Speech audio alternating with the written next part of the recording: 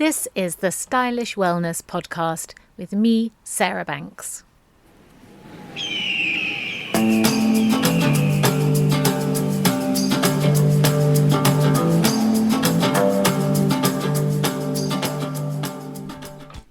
Hello, amazing women, and welcome to this week's podcast. I was reading through some magazines just recently. I had a quiet day, treated myself to a couple of magazines that I wouldn't normally buy, or maybe even wouldn't normally have time to buy, and actually curled up on the sofa with a cup of coffee and had a lovely time looking through all the pages. It can be really difficult to find time for oneself, can't it?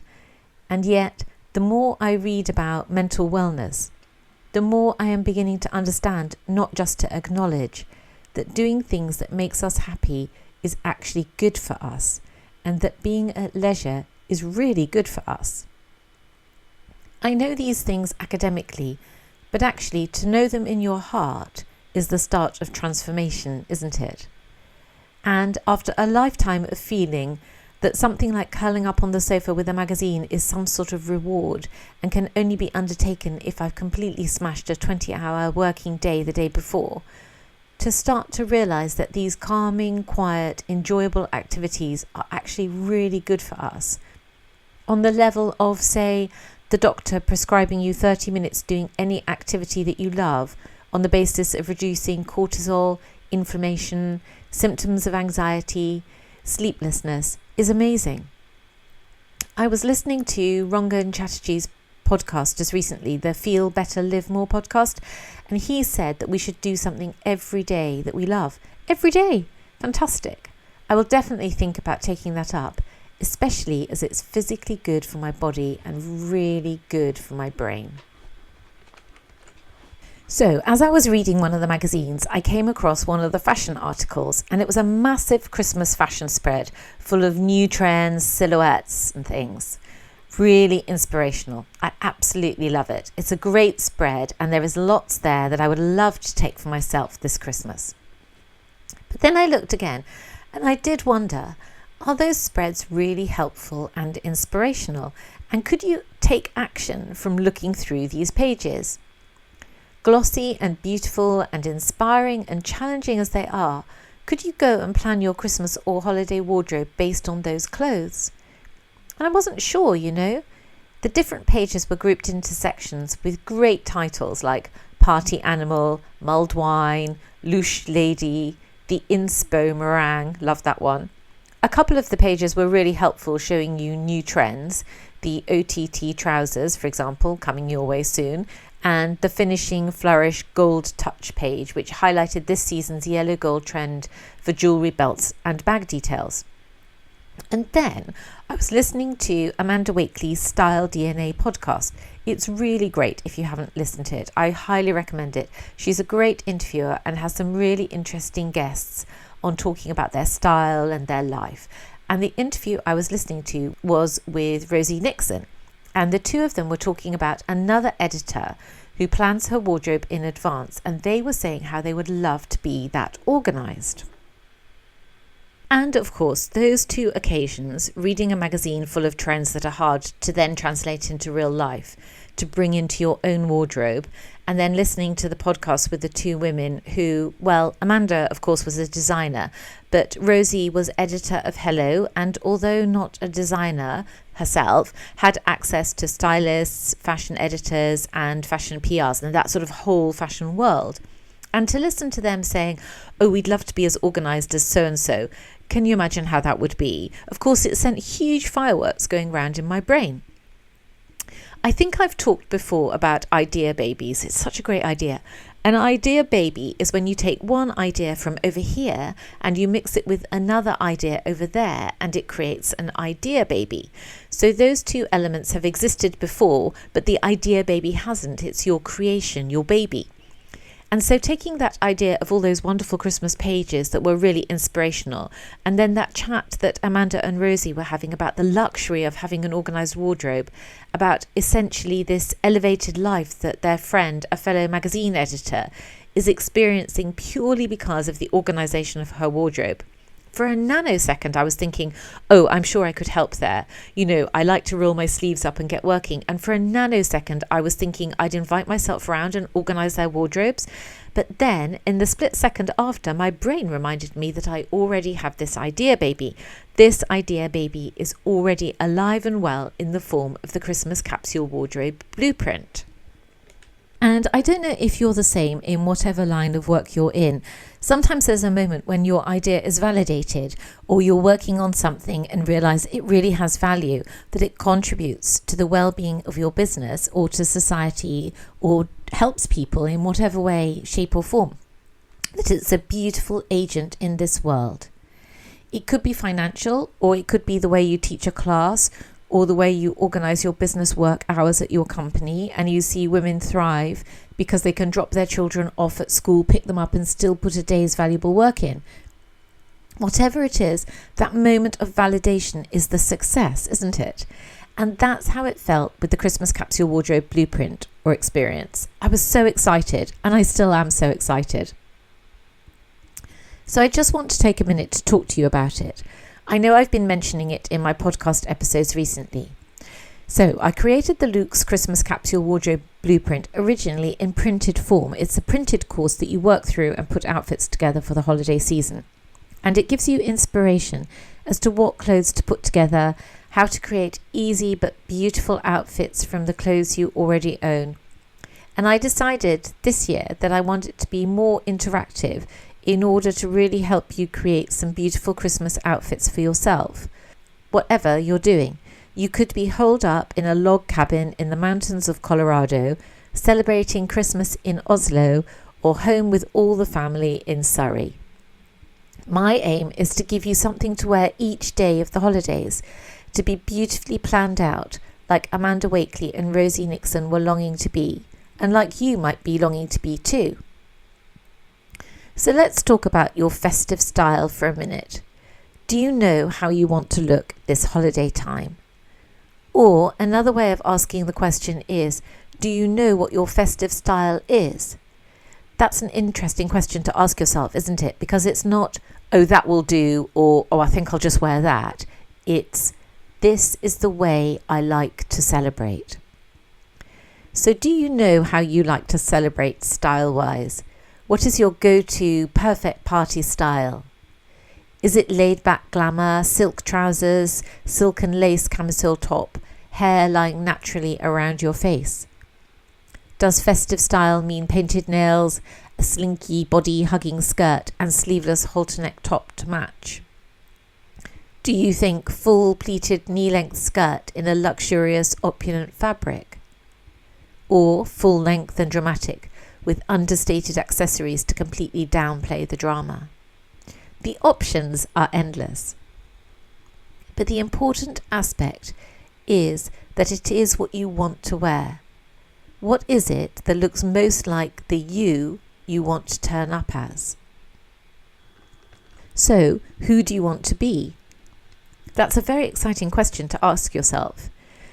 I've seen lots of YouTube videos, posts, reels about this idea of reinventing yourself. It's quite a compelling idea, and you may have seen them as well.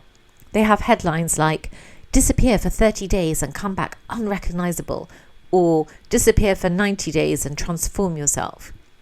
So I am very intrigued by those kinds of headlines, and they are very compelling. But actually, at any given moment, you can change yourself. At any given moment, you can become someone else. The agency for change is always within you. The capacity to be someone different is always available to you. And one really powerful way of changing who you are or feeling differently about yourself is through your clothes. So the first question is, who do you want to be? And specifically for this podcast, who do you want to be for this holiday period? You can choose something for this year and then totally change it for next year. But just for today, who do you want to be this Christmas? Or even, how do you want to show up this holiday season? What aspect of yourself, your personality, do you want to display? And how does that feeling or desire show itself in your clothes?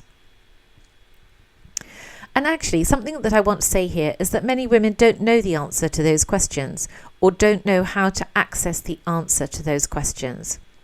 So that is something we address in the Christmas Capsule Blueprint, how to decide how you want to look, how you want to be. So once you have decided how you want to be, you then choose clothes that express that inner feeling, and out of that selection of clothes, you choose one piece, just one, and this piece is your signature piece. It's the piece that, above all else, personifies the distillation of how you want to show up each day. It's the piece that you want to be at the heart of your Christmas wardrobe.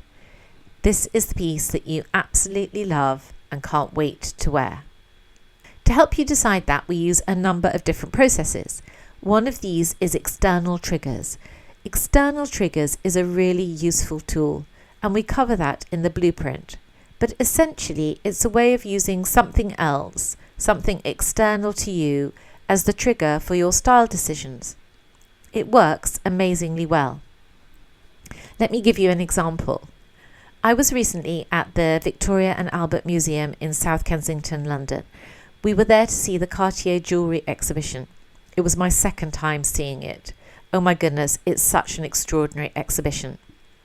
After going through all those amazing rooms full of the most beautifully designed jewellery, we went off to the cafe and then went to the museum shop. The museum shop has a really wide range of jewellery with some really interesting individual pieces by small design houses. So my lovely fiancé bought me a ring, which is really sweet of him. The ring has been put away until Christmas, as it's going to form part of my gifts from him. But the point about the ring is that it is not something that I would ordinarily have chosen. It's quite different to my normal style. I do like big rings, and this is a big ring, but the design is very different to what I would normally choose. And when I was choosing the ring, I was quite intentional about that. I wanted something that is going to challenge me a little, because I'd like to move my personal style on to its next iteration. I can feel a change in me, in my life and work, and I want that change to be reflected in my clothing, what I wear, how I look. Because I don't know what I will look like in the future or anything about the future. I mean, who knows what the future holds, right?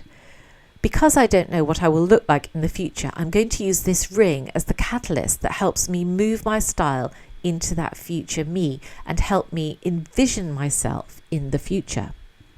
So I'll be asking myself questions like, what kind of clothes would a woman who wears this ring wear? What kind of lifestyle does a woman who wears this ring have? What kind of work does a woman who wears this ring produce?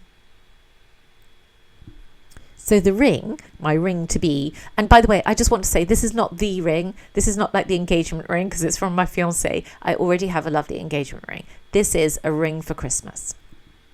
Very much looking forward to it. So the ring, my ring, acts as an external trigger to help me formulate my style plan for future me. And you can do the same thing when planning your Christmas outfit. We'll find an external trigger. It could be a bracelet or even a picture or a piece of fabric. You get to choose. And that can help as the external trigger for your brain to find a path that leads to the future you.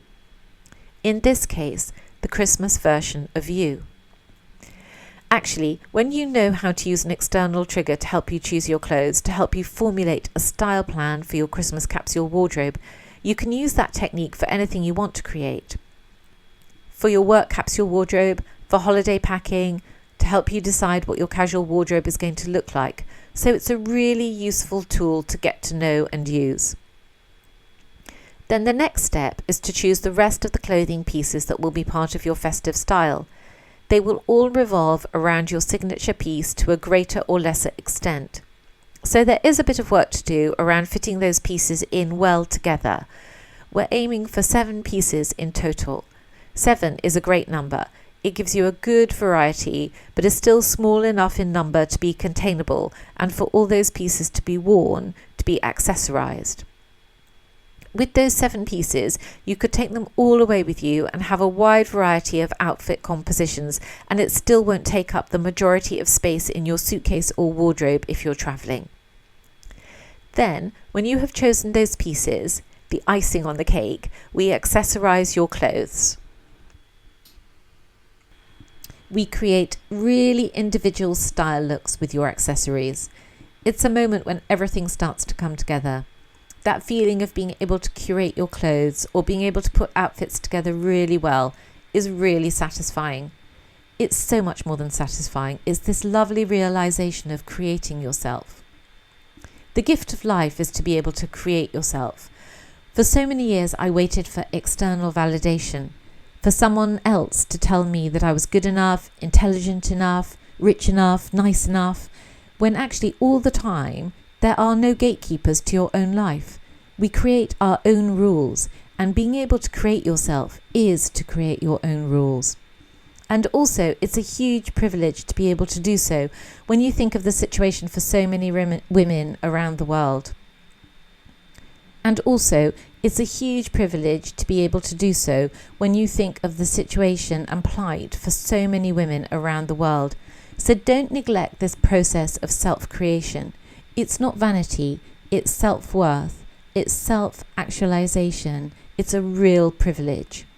You owe it to yourself to be the best version of you, and that is not a selfish statement by any means.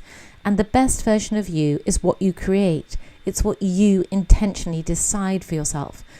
Gosh, I wish I'd known that in my early 20s. I have to say, I wish somebody had just really validated me at that point. I mean, some women I think are really lucky. They have another female in their life who will turn around and just say to them, all these things, that your worth is in yourself and work on yourself and all that kind of thing. And I just didn't have that experience. I've come to it much later. I'm so grateful to have it now.